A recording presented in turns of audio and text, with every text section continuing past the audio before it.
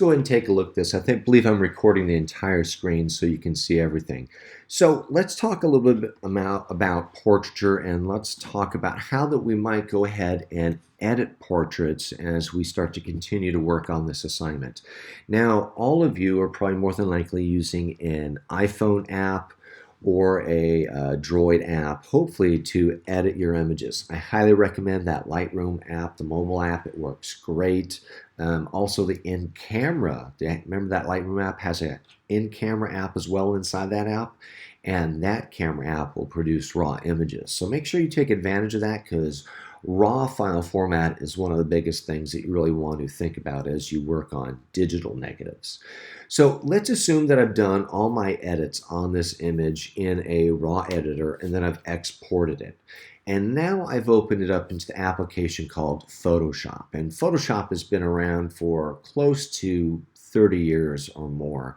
And I learned on like release 3.5, and I think we're on like release 17 now or something crazy like that if we look at the updates. But right now what you're seeing here is you're seeing this image that I've taken open in the Photopea interface. Okay, so this is online. Notice that you can see up here, here's the URL for you. And I want you to kind of take a look at this. I'm going to pull this down. And you can see that I actually have this image open in Photoshop as well.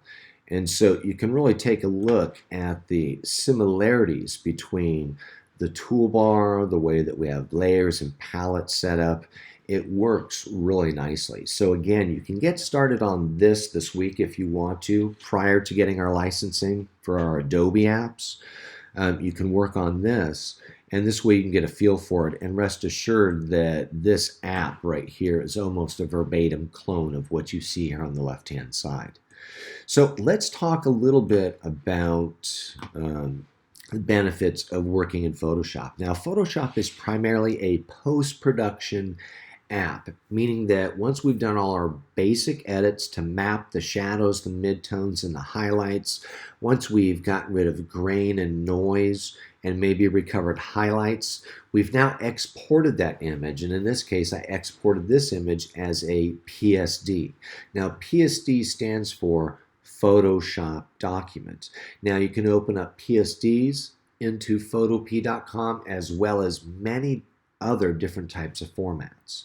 Now, today I'm going to concentrate on two basic principles: selections and layers. Okay, so let's take a look here. So we have our image, pretty decent portrait overall. The highlights a little blown out back here, but I recovered those as far as I could. I'm primarily concerned about the subject right here. Now, if we look at the interface, we have our main work area that shows our image. Off to the left-hand side, we have our toolbar. At the top here, we have what's called a toolbar options bar. So this little bar right here will change to reflect the available options for the tool you have selected. So notice when I click on that tool, or if I go to that tool, vice versa, that toolbar options bar changes to reflect the options available. Also notice that I have pull-down menus as well. And these are pretty close to what's actually in Photoshop currently, which is nice. Now, off to the right-hand side, these are compressible little tabs. They're kind of docked right here. It allows me to expand them out if I need them. The one I'm really concerned about is the Layers tab. So the Layers tab is where the physical image is held, so to speak, when we're working on it in Photoshop. Think about the Layers tab like a desk, and on top of that desk you have your photo. Okay? And we can kind of zoom in and look at that photo, but we can also do a lot of different edits. Now, my first rule of thumb for all of you that are newbies is that when you hop in right away to Photoshop and you start to work on an image, before you do any of that, you're going to duplicate the background layer so that you are working on a copy. So watch how I do this. I'm going to click and hold on that layer, and I'm going to drag it down to this little icon that's got the dog ear. That's the Create New Layer icon. And notice now it creates an additional layer right up here. Now, what is the benefit to that? Well, the benefit is that I can work on this top layer, and then I can turn it on and off with the layer visibility icon right here to very quickly compare before and after, before and after. Additionally, if I mess up, I have a backup already here. I can duplicate it again and start over without having to reload the image. So always work on a copy. So let me kind of cement that in a little bit more. Let me grab a brush over here, and looks like my color chip red is forward. And let's get that brush a little bit bigger. And notice now that I'm going to go ahead and just do a quick brush stroke. I'm doing this purely for effect so you understand my reasoning. I did that edit on this top layer. Well, if I want to see how this image looked before, let's go ahead and turn that layer off, and I can see how it looked before, and I can see how it looks now, before, etc. Okay, so if I want to back up and get rid of this, notice that I have a history palette right here. Okay, anytime you see that word history in any application, it refers to the application's ability to store current versions or history states of the image as you work on it. In Photoshop, it's typically set to about 40 history states. I'm not sure what it's set for in this app, but when you're actually running Photoshop, it allows you to do quite a few different history states. So again, that gives you the ability to back up if you mess something up. So now what I want to take a look at is I want to go ahead and take a look at two important things that all of us evaluate when we look at portraits. Okay, and that's going to be the eyes and the teeth. Okay, now the eyes and the teeth typically can yellow or kind of get a weird color tint to them over time. Typically the whites of the eyes, this happens with age. As you get older, the whites of the eyes tend to get yellow as the muscles kind of stigmatize. The teeth down here, based off of your own personal hygiene practices, do you floss, do you use mouthwash, brush your teeth every day?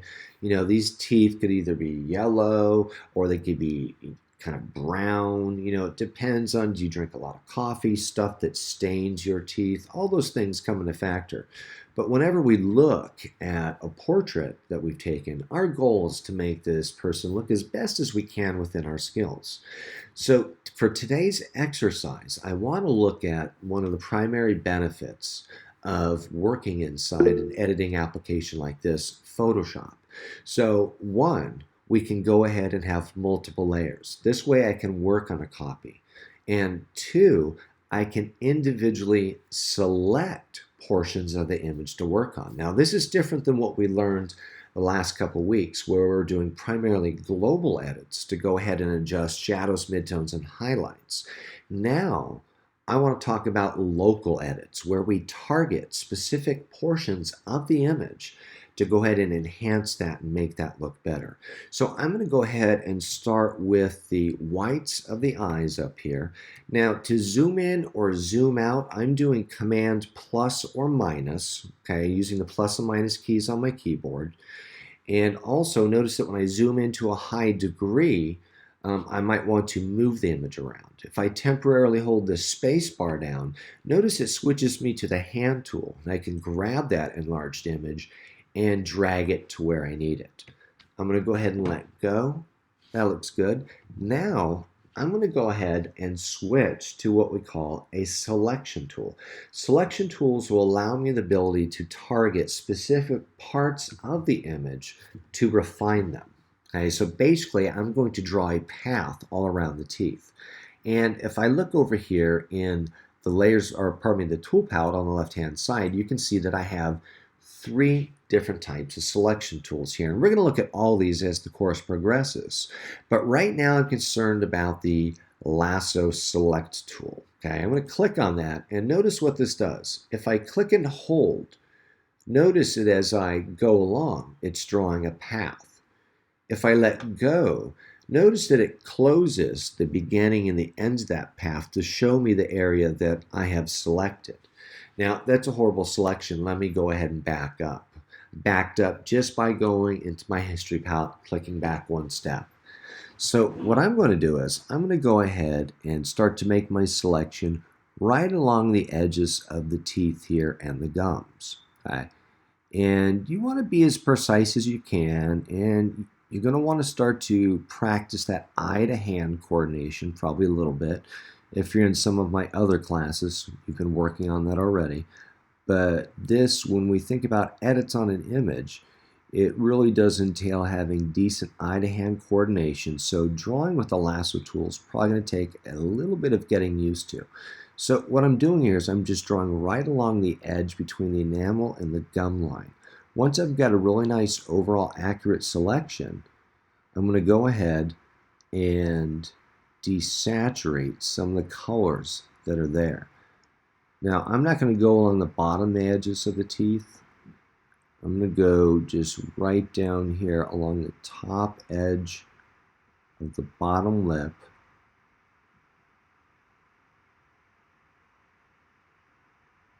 And there's a couple areas where my selection is messed up. I'll show you how to fix that in just a moment. Let's go right there.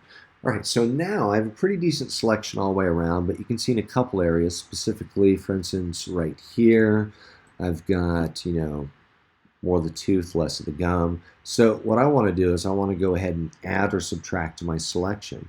So if I want to subtract from this selection, I can go ahead and hold down the Option key.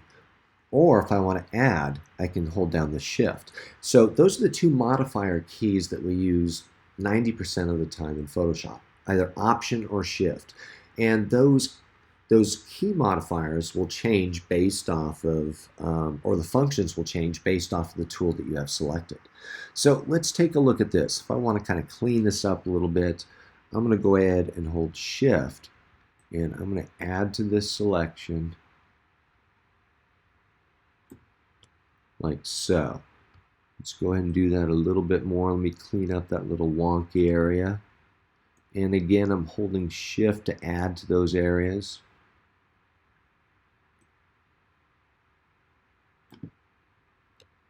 Here, I want to hold minus or Option, pardon me, to go ahead and shrink that. Just doing a quick kind of overview. Probably clean this up just a little bit.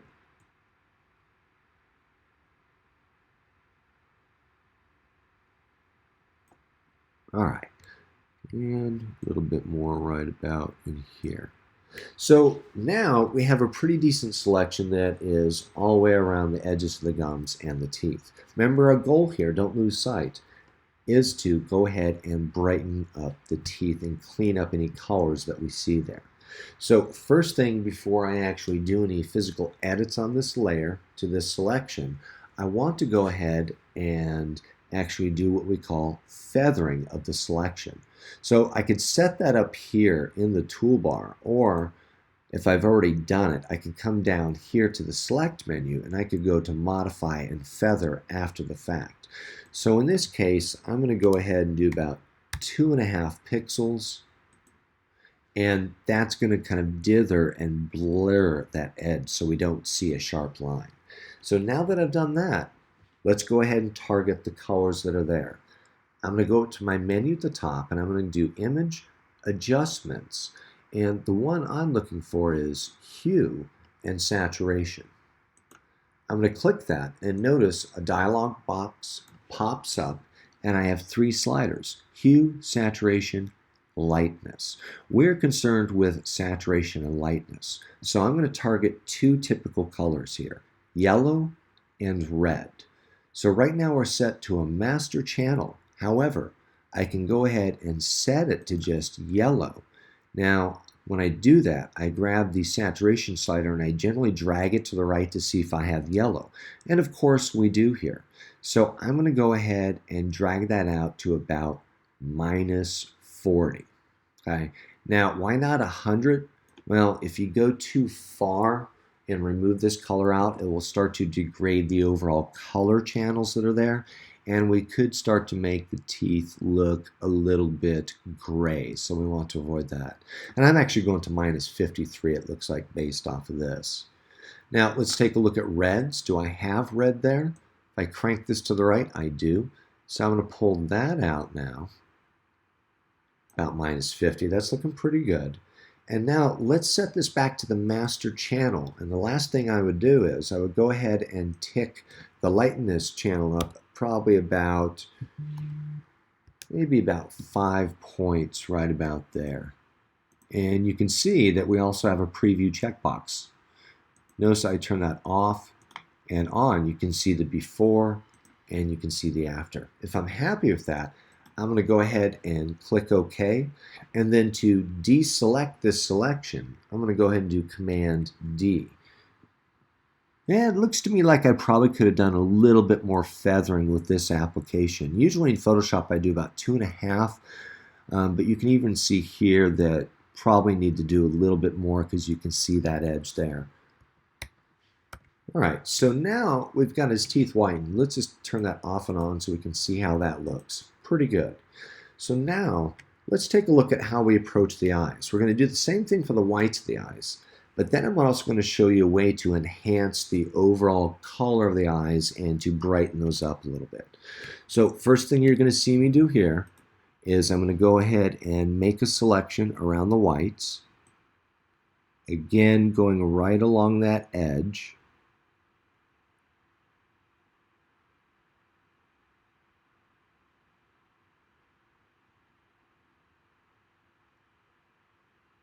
Okay, now I want to adjust both pairs of eyes at the same time. So I need to add to this selection, I need to add this here. So I'm going to hold Shift and that'll allow me to continue to draw with this selection.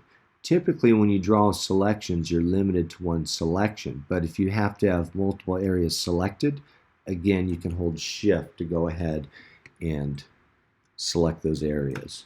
So I'm going to hold Shift here again. And I'm just kind of replicating what I did just a few moments ago with the teeth.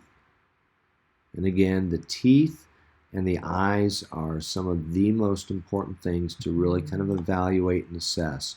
Because as part of our nature, we assess our surroundings and we always look at people, and the face is the first thing we look at. So when we think about portraits, you know, again, you're going to be creating something that hopefully is a really beautiful and unique portrait of someone that you have a connection with. All right, so looking here, I've got that. I'm going to go up to the Select menu. I'm going to come down and I'm going to go ahead and feather that selection. And I'm actually going to do a little bit more than I did in the last one. I'm going to do 5. Oop, and you can see that 5 is quite a bit. So let me back up one step and let me go ahead and try 4 instead. It looked like it shrunk my selection a little bit too much. Okay, I think I could live with that. So that looks pretty good. I've got it feathered. So again, I'm going to go up to Image, Adjustments, and we're going to go ahead and take a look at the hue and saturation. Remember, the two colors that I'm going to target are both yellow and red. So in this case, I need to change it from the master channel down to the red channel. Again, you can see I've got reds in there, so I'm going to pull that out to about -50 for this app. Do we have yellows? Let's take a look. We do have yellows in there as well, so let's pull that out to about -50. Looks pretty good, but let's go back to the master channel now, and let's tick that brightness up a little bit right there. I'm going to go ahead and deselect. Now I'm deselecting by doing Command D. You can also go to the Select menu and just pull down to deselect. Also notice off to the right-hand side in both Photopea as well as Photoshop, you can go ahead and see what the quick keystrokes are based off the platform that you're working on. So I'm going to go ahead and deselect. Let me zoom out a little bit here. So that looks pretty good overall. Now notice I'm going to turn this top layer off and on. We've got his teeth whitened. It's looking pretty clean. Now let's take a look at the eyes. Now this is a great trick. And ladies in the class, I think you'll enjoy this trick as we progress into the class and do more creative portraits. The technique I'm going to show you can be used to apply fake makeup. But in this case, I'm going to use it to go ahead and brighten up his eyes here a little bit. So I'm going to come over to my Layers palette. I'm going to come down and just click on the Create New Layer icon, and notice it creates an empty layer above. I'm going to click that and just name that Eyes. And now what I'm going to do is I'm going to grab my brush and I'm going to set the blend mode of my layer for this eyes layer from normal to what we call soft light. Now what this is going to allow me to do, it's going to allow me to paint with both black and white. Okay? black to darken the image, white to lighten. So in this case, I want to go ahead and lighten the image. Why is that not? There we go. All right, so I want to go ahead and whiten or lighten this. I'm going to zoom in on the eye here. All right, and I'm going to make my brush a little bit smaller. And again, I can do that right here from the toolbar options if I like. Got to go a little bit smaller, and the way I'm sizing this right now is so that I can fit it right inside here, between the iris and the edge here. So I'll come up just maybe a little bit more. Right there looks pretty good. Now, notice up here at the toolbar options, we have items called opacity, flow, and smooth. I can change the opacity, how much white I put down. So I'm going to put this to about 25%. Now, here's what's happening. I'm painting white on an empty layer here, but because I've changed the blend mode of this layer from normal to soft light, it causes this layer to blend with the layer underneath it. And it causes it to lighten or darken areas where I paint. So for instance, if I paint with white in here, you can see that as I bring this around, it lightens up his eyes quite a bit. Now that was one stroke. I want to make sure I do the same thing for the other eye. So always be consistent. That's important. So I'm going to go over to the other eye here, and I'm going to brighten this up a little bit more, just like so. Now, the other thing that I like to do now is I like to go ahead and switch to black. And I'm actually going to set the opacity for my brush to down about 15%. And I like to switch to black to go ahead and tag the outline of the eye here. Need to make that brush a little bit bigger so we can see it. There we go. I'm going to zoom in so you can really see this. All right, so notice there's my brush right there. I'm going to go along this edge now. Still looks like 15%, it's too dark, so I'm going to go with 10% for that setting instead. And I'm going to come in here and use this to go ahead and darken right along the edge of the eye there. Okay? Might do that just one more swipe maybe. And I'm using a soft brush because, again, if I didn't, we'd see a pretty bold kind of line. I'm also going to go ahead and do that for the inside of the pupil here, just to darken it up a little bit. And I'm also going to do that for maybe some of his lashes right through here. So this is where, ladies, where we can start thinking about like mascara and stuff. You can really darken the lashes quite a bit. And right now I'm only doing one click, so it's adding about 10% darkness based off of what I've chosen for my opacity in the blending mode that we're using. But you can go pretty dramatic. And realize, again, right now I'm only doing this at about 10%. So I'm going to back out. Let's make sure I do the same for the other eye so it's consistent. You always want to be consistent when there's pairs of whatever it is you're working on. And let's come in, darken a little bit here, let's go through a little bit more, maybe darken a couple of these lashes in here. All right, so now let's go ahead and zoom out. So this is a pretty good start. Now, one of the things we have to consider are his eyes and his teeth. You know, is this really too much? So take a look here at the eyes. Remember, that's the empty layer that I just painted on. And we can see that that changes his eyes up quite a bit. Now, here's the beauty behind this. If this is too much, and I feel that it is for this image, I can, with this layer selected, I could change the opacity of this layer. So remember, these are layers, like you're sitting at a desk. Here's a photo, then here's another copy of that photo on top. Then here's a transparency where we've painted in some areas to darken how we view these images. So if I want to, I can take that opacity all the way out. Notice that takes that all the way down, or I can bring it all the way up. So in this case, I find that the idea less is more is always better, because as beginning students, you always want to rush to create masterpieces right away. So think, small kind of baby steps, so to speak. Really quickly, let me pause right there for a moment. Does anybody have any quick comments, questions, or concerns about what I'm showing right now?